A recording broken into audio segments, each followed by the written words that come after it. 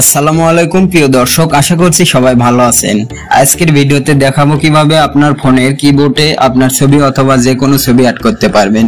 তো প্রিয় দর্শক, দেখতে পাচ্ছেন আমার ফোনের কিবোর্ডে কিন্তু আমার ছবি অ্যাড করা আছে। তো এটি আমি কিভাবে করলাম সেটি আজকে আপনাদেরকে দেখাবো। তো কথা না বাড়িয়ে চলুন আজকের এই ভিডিওটি শুরু করা যাক। প্রিয় দর্শক, ফার্স্ট অফ অল আমরা আমাদের ফোনের সেটিংস অপশনে চলে যাব। তো এরপরে আমরা এখান থেকে সিস্টেম ম্যানেজমেন্ট এটি খুঁজে নেব। তো এরপরে আমরা এখান থেকে ল্যাঙ্গুয়েজ এন্ড ইনপুট এটি বের করে নেব। নেওয়ার পরে ল্যাঙ্গুয়েজ এন্ড ইনপুট এখানে ক্লিক করব।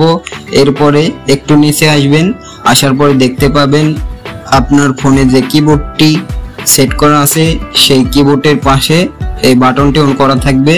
তো এর নিচে আপনারা দেখতে পাবেন কিবোর্ডটি শো করবে, এই কিবোর্ডে ক্লিক করবেন। এরপরে প্রিয় দর্শক, এখান থেকে থিম নামে অপশনে চলে যাবেন। তো থিম নামে অপশনে যাওয়ার পরে এখান থেকে দেখতে পাবেন ক্রিয়েট ইওর থিম, এখানে ক্লিক করবেন। তো এখানে ক্লিক করার পরে এখানে দেখতে পাবেন ব্যাকগ্রাউন্ড কালার, ব্যাকগ্রাউন্ড ইমেজ। তো এখানে ইমেজ অপশনটি দেখতে পাচ্ছেন, এখানে একটা ক্লিক করবেন। তো এরপরে আপনার ফোনের গ্যালারিতে চলে যাবেন। তো প্রিয় দর্শক, গ্যালারিতে যাওয়ার পরে আপনার পছন্দের ছবিটি অ্যাড করে নেবেন।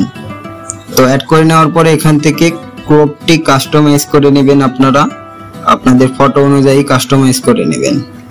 তো এখানে কাস্টমাইজ করে নেওয়ার পরে উপরে ক্রপ আইকনে ক্লিক করবেন। তো ক্রপ আইকনে ক্লিক করার পরে একটু নিচে আসবেন, আসার পরে নিচে দেখতে পাচ্ছেন ব্রাইটনেস, এই ব্রাইটনেসটি হালকা করে দিবেন। তো দেখতে পাচ্ছেন আমার ফোনের কিবোর্ডে কিন্তু আমার ফটোটি অ্যাড হয়ে গেছে। তো এরপরে কি করতে হবে প্রিয় দর্শক, এই সেভ আইকনে ক্লিক করবেন। সেভ আইকনে ক্লিক করার পরে এখানে যে কোনো কিছু লিখে দিতে পারেন, আপনার নাম লিখে দিতে পারেন। তো নামটি লিখে দেওয়ার পরে এখান থেকে সেভ এন্ড অ্যাপ্লাই ক্লিক করবেন। তো গাইস, এখন আমি আমার কিবোর্ডে যে দেখাবো।